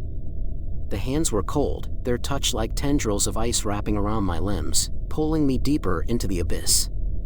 I fought against them with every fiber of my being, but they were relentless, unyielding. The darkness was alive with their whispers, a symphony of despair that promised an end to all things. "You cannot leave," they hissed. "You belong to us now." In a desperate bid for freedom, I lashed out, my fists connecting with the brittle bodies of the mannequins. They shattered under the force, but for each one that fell, 2 more took its place. The air was thick with the dust of decay, choking me, blinding me. I could feel the presence of the entity that had lured me here, a malevolent force that fed on fear and sorrow. It was then that I remembered the locket, the one my mother had given me, which I wore around my neck. It was said to be a family heirloom, a talisman passed down through generations. With trembling hands, I clutched it, feeling its warmth against my skin. The whispers grew louder, angrier, as if the locket was an anathema to them. I held it high, and to my astonishment, the locket began to glow with a soft, golden light. The shadows recoiled, their forms dissolving at its touch. A path cleared before me, leading to a distant, flickering light. I ran, the locket my beacon in the darkness, the mannequins crumbling to dust in my wake. The light grew brighter, and I could see it now, the basement stairs, leading back to the world of the living. I ascended, the darkness clawing at my heels, the voice of the entity a fading scream of rage. I burst through the basement door, the locket's light extinguishing as I collapsed on the floor, gasping for breath, the morning sun streaming through the windows. But the respite was short-lived. As I lay there, the locket grew hot, searing my flesh. I ripped it from my neck, watching in horror as it melted into a pool of liquid shadow. From the puddle rose a figure, my mother's form, but twisted, her features a mockery of the woman I loved. "You cannot escape," she intoned, her voice a death knell. "You are bound to us, to this house, forever." I backed away, my mind reeling. The house was no longer a sanctuary, it was a prison, and I was the latest in a long line of souls trapped within its walls. The figure advanced, and I knew that this was the true face of the horror that had haunted me. I was left with a choice: succumb to the darkness or fight for my very soul.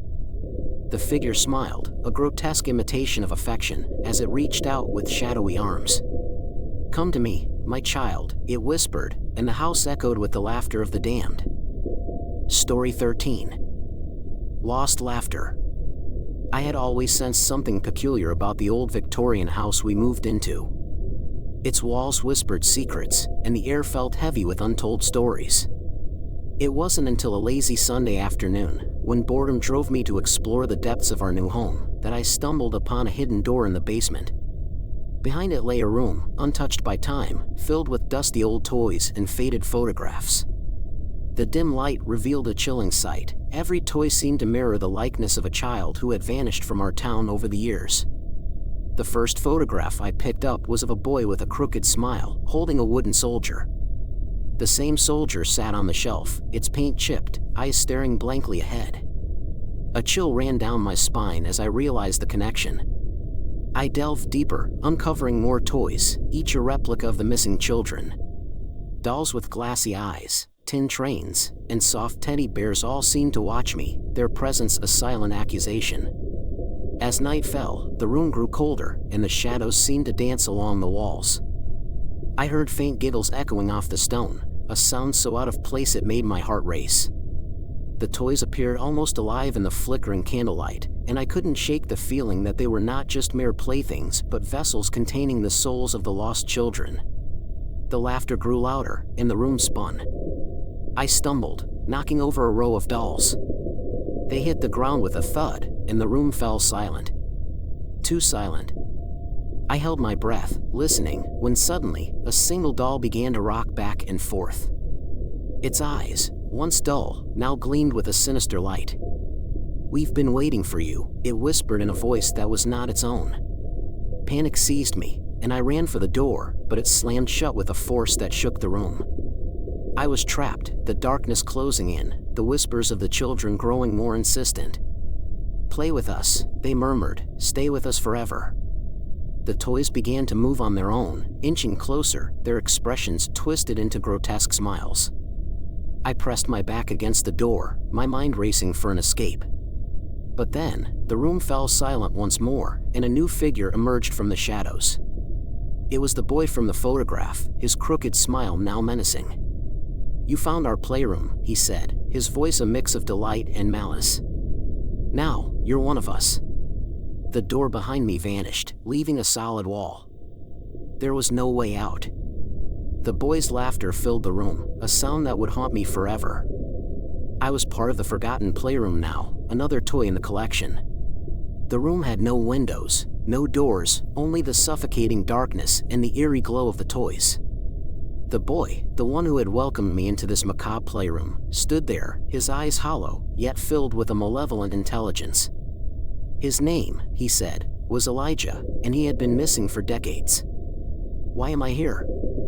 I asked, my voice trembling. "What do you want from me?" Elijah's laughter echoed off the walls. "We're bound by the same fate," he said. "The room chooses its guests, those who stumble upon its secrets. You see, we're the forgotten ones, the children who vanished without a trace. But we're not lost, we're trapped." I glanced at the other toys, the girl with the porcelain face, the wooden horse with splintered hooves, the music box that played a haunting melody. Each held a piece of someone's soul, a fragment of their existence. And now, I was part of this spectral collection. Elijah beckoned me toward the music box. "Listen," he said. "Hear the tune? It's the same one that lured us here. The melody that binds us to this room." I hesitated, but curiosity won over fear. As I turned the rusty crank, the notes filled the air, a mournful waltz that seemed to seep into my bones. Memories flooded my mind, a swing set in an overgrown backyard, laughter, and then darkness. I remembered nothing else, just the sensation of falling into oblivion. "Every toy," Elijah whispered, "holds a piece of our past. The girl's porcelain face hides her tears, the horse remembers galloping through moonlit fields. In the music box," he trailed off, his eyes distant. "The music box remembers the night we vanished." "But why?" I asked. "Why are we here?" Elijah's gaze bore into mine. "To remember," he said. "To unravel the mystery of our disappearance. Only then can we break free." I studied the faded photographs, the missing children, their smiles frozen in time. "How?" I whispered. "Through you," Elijah replied. "You're the key. The room chose you because you're connected to our world. Find the truth, and we'll all be released." The music box played louder, its notes frantic. Shadows danced on the walls, and I felt their desperation. The room pulsed with energy, and I knew I had to uncover the secrets, the hidden threads that tied us together. As I stepped closer to the girl with the porcelain face, her eyes flickered. "Remember," she whispered. "Remember." And then, darkness swallowed me whole. I awoke in a place that defied logic, a twisted maze of memories and shadows. The girl with the porcelain face stood beside me, her eyes hollow yet pleading. "Remember," she whispered, her voice like a distant echo. "Remember why you're here."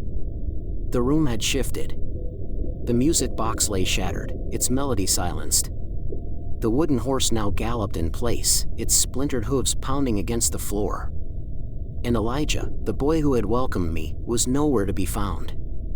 I traced the faded photographs, each child's face etched into my mind. Their laughter, their innocence, it haunted me. But one image stood out, a girl with braided hair, her eyes wide with fear. Lena, the girl who had vanished on a moonless night, leaving behind only a broken swing set. "Why?" I asked the porcelain girl. "Why did we disappear?" She tilted her head, and her porcelain lips moved soundlessly. "The room feeds on memories," she said. "It thrives on our pain, our longing. We're its sustenance. But what's the purpose?" I pressed. "Why trap us here?" Her gaze shifted to the wooden horse. "To break the cycle," she whispered. "Each child who enters becomes a part of the room, their essence woven into the toys. But you're different. You can unravel the threads." I remembered the swing set, the creaking chains, and Lena's laughter. She had been my childhood friend, and her disappearance had haunted me for years. Now, I understood. I was the key to unlocking the room's secrets. The porcelain girl led me to a hidden alcove. There, a dusty mirror hung on the wall. As I stared into its depths, my reflection wavered, revealing glimpses of other lost souls. "Speak their names," she instructed. "Release them." I closed my eyes, summoning memories. "Lena," I whispered. "Elijah." All the children who vanished. The mirror trembled, and the room quaked. Shadows danced, and the wooden horse reared, its eyes blazing. The girl's porcelain face cracked, revealing raw emotion. "You must choose," she said. "Break the pact or become one of us." The choice weighed heavy. To break the pact meant freeing the lost children, but at what cost? Would I lose myself in the process? Or would I remain a toy, a vessel for their memories? As the room tightened its grip, I glimpsed Elijah's face in the fractured mirror. His eyes pleaded, and I knew he wanted release. But Lena's laughter echoed, and the swing set swung in the darkness. I stepped toward the mirror, my voice trembling. "I choose," I said. "I choose to remember." The room convulsed, and the walls cracked. The porcelain girl crumbled, her essence merging with the shadows. The wooden horse collapsed, and the music box's shards glowed. And then, the room shattered. I woke up in my bed, sunlight streaming through the window. The old Victorian house stood silent, its secrets buried deep. But I remembered it all. Lena's laughter. Elijah's plea. The forgotten playroom. And as I stepped outside, I knew I would never forget. Story 14. Faceless Visitor. Every night, the scratching begins as the clock chimes 12. It starts softly, like the timid approach of a curious animal, but grows more desperate with each passing minute. I lie in bed, the covers pulled up to my chin, my heart racing with a mix of fear and anticipation. The sound is always the same, a persistent, nails-on-glass scraping that seems to beg for entry. I've tried to ignore it, to convince myself it's just a tree branch or some nocturnal creature. But deep down, I know it's neither. The scratching is too deliberate, too human. And then there's the reflection, a faceless figure that stands behind me whenever I muster the courage to peer outside. It's always there, just out of sight, its presence felt but never fully revealed. The first time I saw it, I screamed. I remember turning around, expecting to confront an intruder, but there was nothing. Just the empty room and the pale moonlight casting shadows that seemed to mock my terror. Since then, I've tried to catch a glimpse of it, to prove to myself I'm not going mad. But it's clever, always slipping away the moment I turn. My friends say it's stress, a figment of my overworked imagination. They don't hear the scratching. They don't see the figure. To them, it's all just stories. But I know it's real. I can feel its eyes on me, cold and unblinking. It wants something from me, but I don't know what. Tonight, I've decided to confront it. As the scratching starts, I don't move. I don't even breathe. I wait until the sound is almost unbearable, then I leap from my bed and rush to the window. But as my hand reaches for the curtain, I hesitate. What if it's not just a reflection this time? What if it's waiting for me to reveal myself? I pull back the curtain with a swift motion, and there it is, the glass, the night, but no sign of claws or branches. Just as I start to sigh with relief, I feel it, a cold breath on my neck, a whisper in my ear that sends chills down my spine. I whirl around, but again, there's nothing there. Or so it seems until I notice the window. It's open, just a crack, but enough to make me question everything. The open window is a silent invitation, a breach in my sanctuary. I close it quickly, my hands trembling. The room feels colder now, the shadows darker. I can't shake the feeling of being watched, of being hunted. It's as if the figure has moved from the reflection into my reality, an unseen stalker lurking just beyond my senses. I decide to search the house, to reassure myself that I'm alone. As I move from room to room, the silence is oppressive, broken only by the sound of my own footsteps and the erratic beating of my heart. The familiar spaces seem alien, transformed by fear into a maze of potential hiding places for whatever haunts me. In the living room, the moonlight casts an eerie glow through the sheer curtains, creating patterns that dance across the walls. It's here that I hear it again, the whisper. It's faint, like a secret being shared by ghosts. I strain to listen, but the words are elusive, slipping away as I try to grasp them. I return to my bedroom, the sense of dread growing with each step. The scratching has stopped, but the silence that's taken its place is even more terrifying. I know I won't sleep tonight. I know I'll be listening for sounds that shouldn't be there, for whispers that aren't meant for the living. As I sit on the edge of my bed, a picture frame catches my eye. It's an old photo of me, but there's something wrong. My face, it's blurred, as if smudged by an unseen hand. And behind me, barely visible in the background, is the outline of a figure. It's the same one from the reflection, I'm sure of it. I try to convince myself it's a trick of the light, a flaw in the film. But then I see it, the same figure, in every photo in the room. Always there, always watching. How had I never noticed it before? Is it possible it's been with me all this time? The realization hits me like a physical blow. I'm not alone. I've never been alone. And as the night deepens, I can feel it drawing closer, its whispers growing louder. It's waiting for something, biding its time. And I can't help but wonder, what will happen when the clock strikes 12 again? The night is alive with a haunting stillness as the clock's hands inch toward midnight.